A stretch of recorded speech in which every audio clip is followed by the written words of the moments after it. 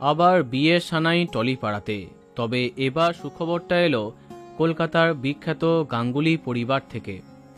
দ্বিতীয়বার বিয়ে করলেন সৌরভ গাঙ্গুলির দাদা তথা সিএবি প্রেসিডেন্ট স্নেহাশিস গাঙ্গুলি।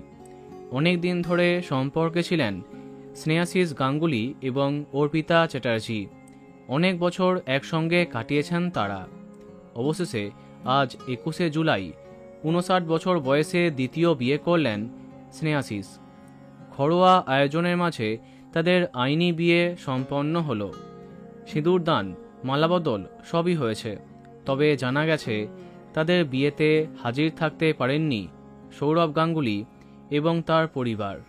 অন্যদিকে মা নিরূপা গাঙ্গুলি অসুস্থ, তাই তার পক্ষেও সম্ভব হয়নি। বিয়ের সকালে তাদের দেখা যায় হলুদ রঙের পোশাকে। এর আগে মোম গাঙ্গুলির সাথে দাম্পত্য টেকেনি স্নেহাশিস গাঙ্গুলির।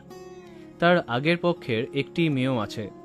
যাই হোক, তাদের সম্পর্ক ভাঙার পরে অর্পিতার সাথে নতুন করে জীবন আরম্ভ করলেন স্নেহাশিস। জানা যায় অর্পিতারও এটা দ্বিতীয় বিয়ে। অনেক দিন ধরে তাদের বিয়ের চর্চা শোনা যাচ্ছিল। আজ হঠাৎই সামনে আসে সেই সমস্ত মুহূর্ত। আগামী 7ই আগস্ট একটি 7 তারা হোটেলে তাদের রিসেপশনের আয়োজন করা হয়েছে এবং শোনা যাচ্ছে সেখানে উপস্থিত থাকবেন সৌরভ গাঙ্গুলি এবং ডোনা গাঙ্গুলি। তো বন্ধুরা, ভিডিওটি এইটুকুই। বাংলা বিনোদনের অন্যান্য আরও খবর পেতে সাবস্ক্রাইব কারেন্ট বস। ধন্যবাদ।